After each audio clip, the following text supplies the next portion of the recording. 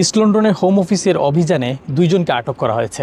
গ্রেপ্তারকৃতদের মধ্যে একজন 40 ঊর্ধ্ব নারী, যিনি অবৈধভাবে ইমিগ্রেশন সেবা দেওয়ার অভিযোগে আটক হয়েছেন।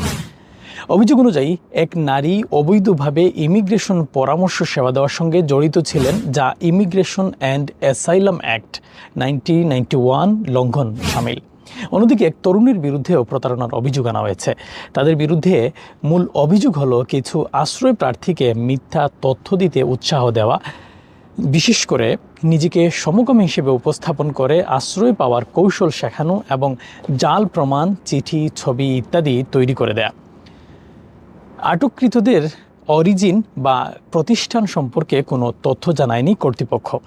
ইমিগ্রেশন মন্ত্রী মাইক টেব বলেছেন, এ ধরনের প্রতারণামূলক পরামর্শ প্রকৃত অ্যাসাইলাম প্রার্থীদের ক্ষতি করছে এবং সরকার এ ব্যাপারে আরও কঠোর পদক্ষেপ নিচ্ছে।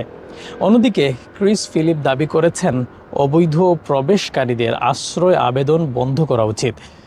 এদিকে লিবারেল ডেমোক্রেট অর্থাৎ লিব ডেম এবং অন্যান্য দলের নেতারা মনে করছেন আশ্রয় ব্যবস্থা হবে ন্যায্য এবং কার্যকর, যাতে প্রকৃত নির্যাতিতরা সুরক্ষা পান ব্রিটেনে এসে। তবে অপব্যবহার যাতে না হয় সেদিকেও খেয়াল রাখতে বলা হয়েছে। Shariful Islam Chowdhury, N24 news, London.